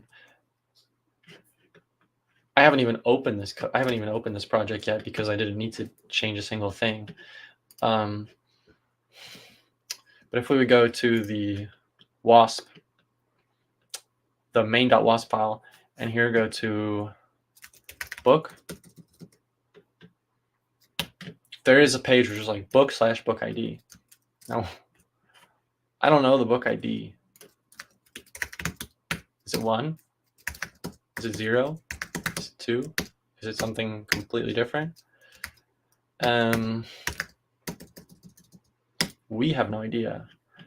There is a way to inspect the DB, and that would probably be like Wasp DB Studio. This is good, actually. This is good to have a reason to use this because I want to try this out. So this is cool. So this is your Prisma. I think this probably comes with Prisma. This is probably Prisma Studio, I think it's called. And it comes with Prisma ORM. And we can browse through everything so we can see users. One book, and they have auth. And that connects it to the auth ID. Oh, okay. So this is all relations between the databases. I have an auth identity here. Can I go to that row? Okay, cool. I have like a hash password. Where am I now? I'm in auth now. Okay, but anyways, the thing that we came in here for was the book. So I have one book here called Winnie the Pooh. And if I go to, okay, so that's the user ID is one. Yeah, books. No, I should just go to the, someone asked, did I learn anything about space-time? Yeah, there's some amazing YouTube videos about general and special relativity. Maybe I can find one. Way to visualize general relativity. And there's actually, I think it's this video that I really love. This one by Science Click English. And he just, whoever this is, just gives, I don't know if it, who made this, but just gives this amazing visualization of Einstein's relativity in the best way I've seen. Also in multiple ways, which I think is the most important, is to visualize in different ways.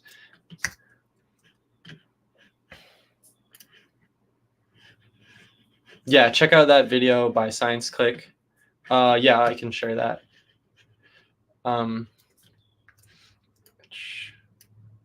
Just search here.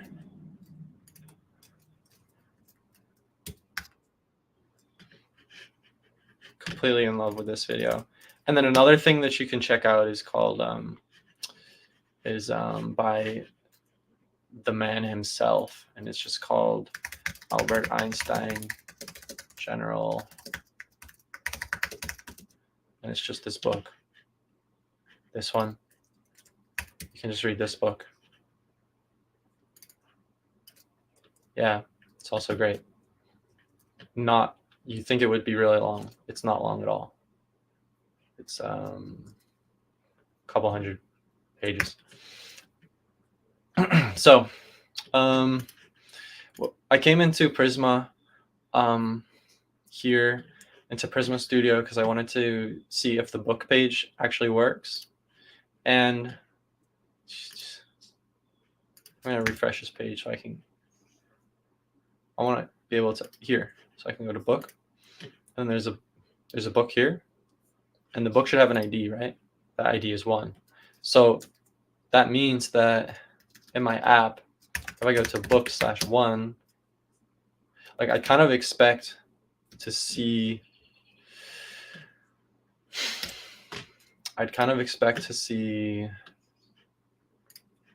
this. Oh. No. Okay, yeah, that's right. So you have data books. Like you'd expect to see this button, at least it says back to dashboard. Because it should be showing that no matter what. Is the routing? Yeah, so this could actually just be a 404 page, and then the route's not going where I want it to go. That's disappointing.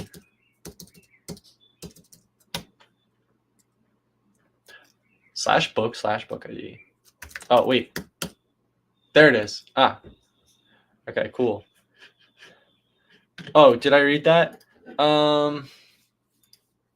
Yeah, I did. Yeah, I have read that book. I never studied cosmology. I did take a class in astrophysics before, and it was super interesting. But this kind of stuff is, it's like you can just learn. You can just learn bit. I would just recommend learning a bit at a time. Like I'm never going to become an expert in it. So they have this book page, which I didn't ask for, and there's also no way to get to from the app, as far as I can tell. Which is, if you think about it, it makes sense that the AI would have. I mean, obviously, it makes no sense to do that, but you can see why the AI would have built it that way, because what it does is probably first generates this Wasp file, and then after goes in and then generates your different pages without context. So it generates each page without the context of the other pages, meaning it might not see why it should link to the books page. Although it should, if it has the context of the main Wasp file when it's building each of the subpages, you'd think that it might do that. But maybe it doesn't have that full context of all the routes when it's building each page. It's quite interesting to think about.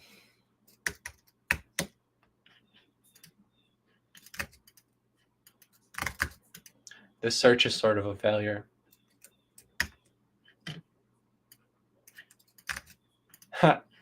So something's getting called in the back end.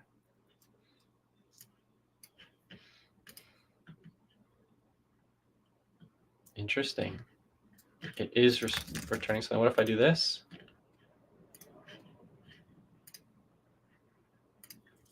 Doesn't really make sense. I'm putting in this.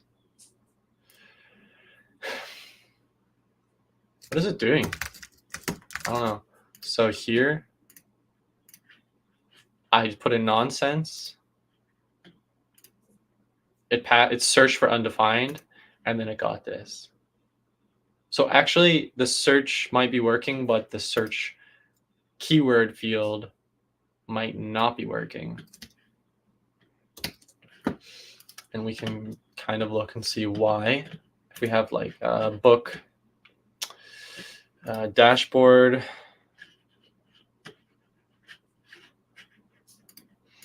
I always find that even though AI tools are great and save you time, you have to have at least some understanding of the framework you're using. I completely agree 100% with that statement. It is really helpful. It's really cool and saves you time doing stuff that you probably don't want to do. But it doesn't remove the need for having specific knowledge about the technology that you're using. Yeah. Because when you have a problem, you need to understand how the thing works. So here, we can look and see. This is the last thing I'm going to do, by the way. I'm just going to see, what's happening. There's a use state in React called set search keyword, and that's getting set when every time I type in the search box. And I want to be able to just click search and have that get passed to the backend. That's not getting passed. So we have this handle search books, and This is coming up as undefined. Search keyword, which shouldn't be undefined. Wait, it should never be undefined, even if it's blank. Let's try it again.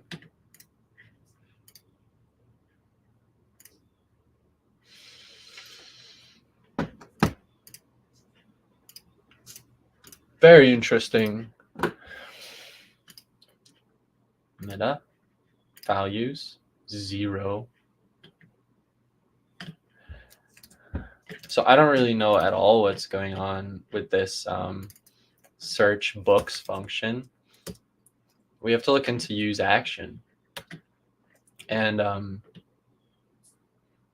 that would be here. So there isn't a search books function. There's an add book function and a delete book function, and there's no search books function. How is that possible?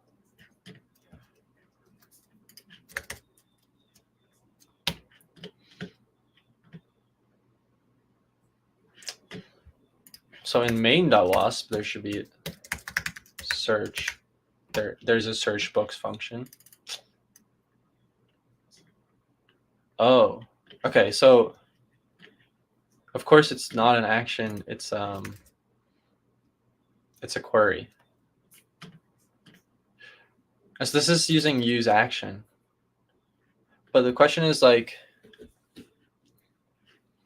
if this has use action and this here says query and it's defining queries, then what happens? And that seems like a really weird state to be in. So I'm guessing that it meant to make the whole thing. Well, so if I were making this and I had to decide if it's going to be a query or an action, a search,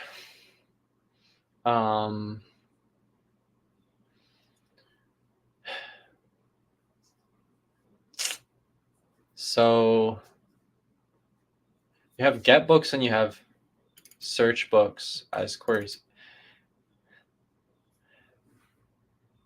It doesn't really make sense to have get books and search books.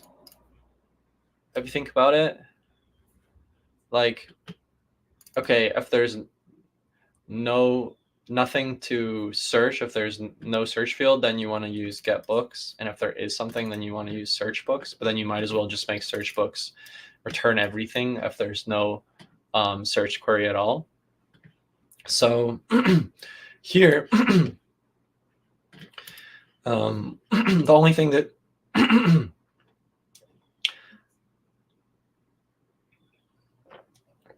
the only thing that search is supposed to do is probably change what's in here.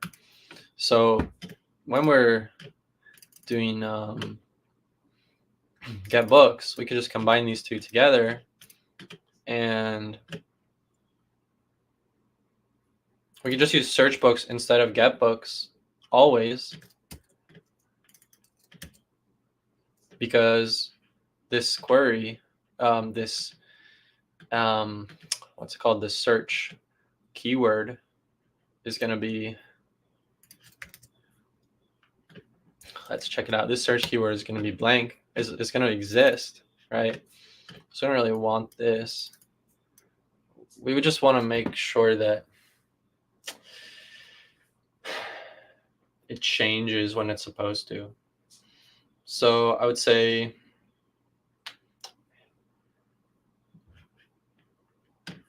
and like, you can't have two queries for the same table. That doesn't really make sense either. So, and yeah, I totally agree. Like, that's why I don't think AI can remove computer engineers' jobs. It can improve them and empower them, and hopefully empower some of the guys that are just learning. And and the guys that are experienced as well, but hopefully empower everyone. I don't see why not.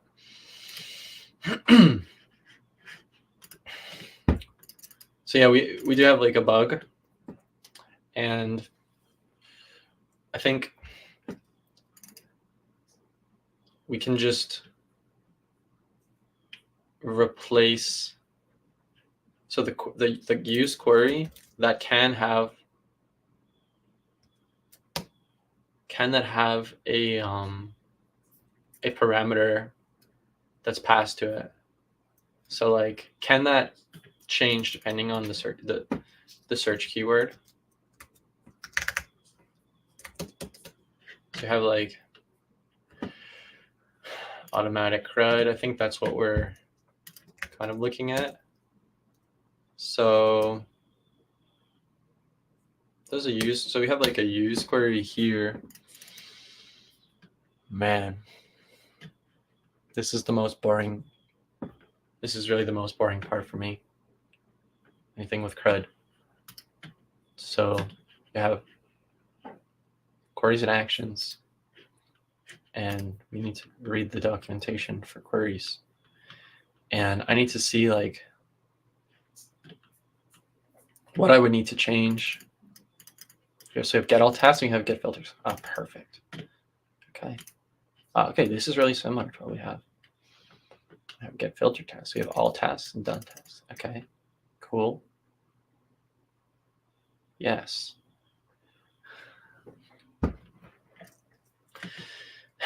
All right, let's get to work. So go here. Let's close the old projects that we made.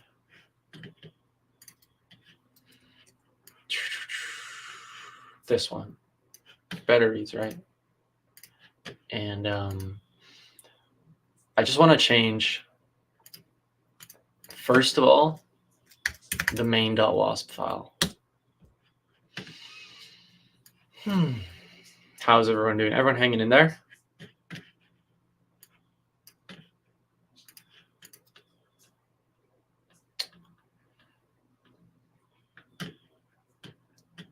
Search books is already a query, so actually nothing needs to change here. Only thing needs to change is the dashboard, and here I'm going to add, so the use action doesn't really make sense. Let's see.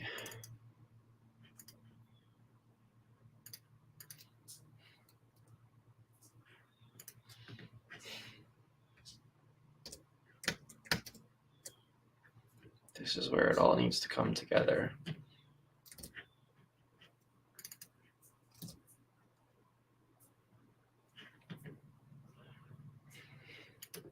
This is not using use query. That's the thing. Use query. What is done here? Yeah. So we want to use something like this. Search books, comma. You can put this on a whole new line if you want, but I don't think GPT would do that. And just say keyword search keyword. Huh?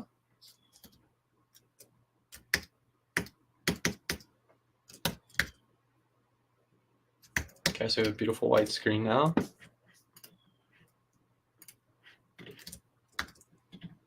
Something change? Something crash? Can I access search keyword before initialization? Oh, really didn't like that.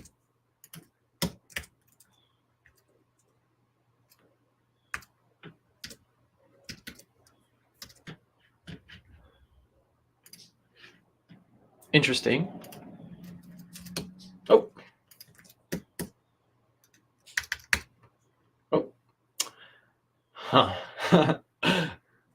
So the search is working now. but it's refocusing the page every time I type a letter.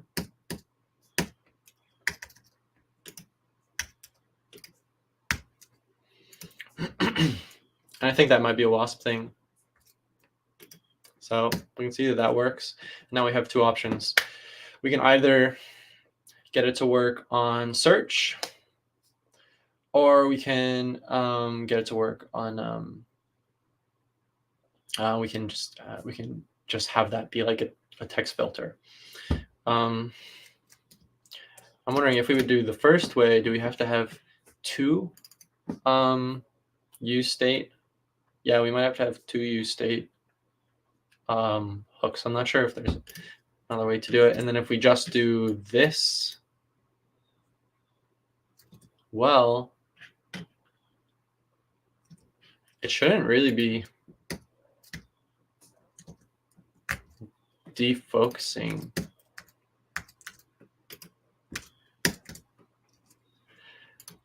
Yeah, it should be, because this loading condition is hiding the whole form. See? You don't want that. It's doing this. So what we want is something like this. Let's just delete that. And then here, there's a couple ways to do this. The cheapest way is like this. We could do, I better do it like this. I like this. Should be fine, right? We still get that load. Yeah, we still get that loading.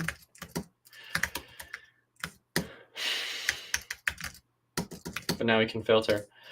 And last thing to do is just remove the search button. And then we'd probably also want to throw in like a link here. So I'd probably do something like, I mean, ideally you want to be able to click on the whole row, right?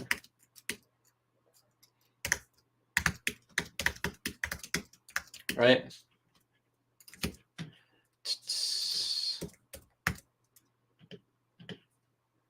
Have I done something wrong? Yes.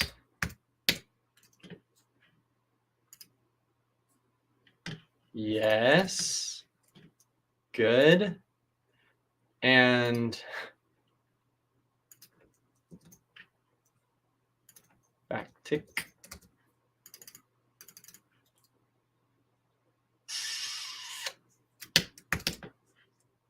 Ooh. What am I doing today?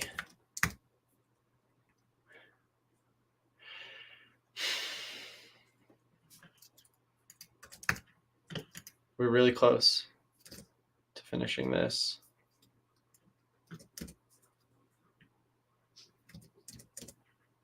Really close. All right.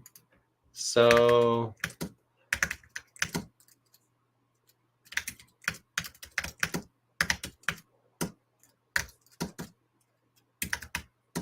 interesting. So it does search both title and the author. It's generated that query. And yeah, we can click here. We can click there.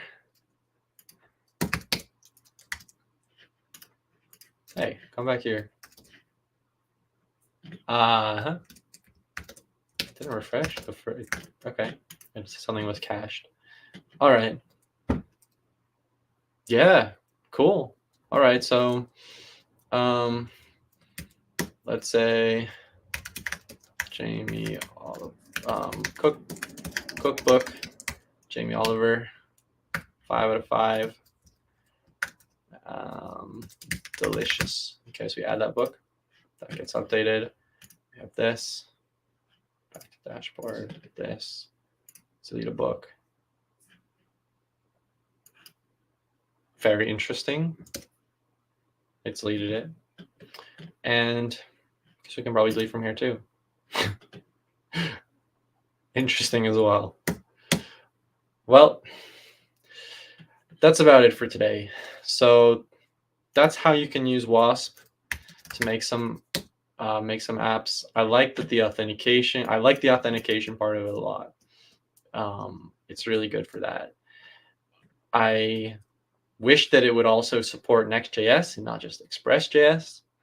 And I think that would also just increase the amount of places you can deploy it, which would be also really nice. I also wish there'd be bigger community, but that can happen over time. And what else? The OpenSaas template, we're going to try this out, but didn't want to bother spinning up Docker right now, but I think I'm going to try that next time. And then for the AI generated app, I mean, I'd say that feels pretty magical, mainly because of the fact that you need to do nothing with the database. Yeah, really, really nothing at all. I haven't deployed this to production yet. It's still on localhost, but yeah, we just fixed some like React, JavaScript bugs. I think it got confused about actions and queries. So maybe GPT didn't get that message about how those work. Yeah, it was like, it was pretty effective. So they say that if you want to edit this more, you can use Aider. And yeah, that's all for now. Tune in soon and see what we'll be building next time. If you want to build something with me, this is my website. All right. See ya.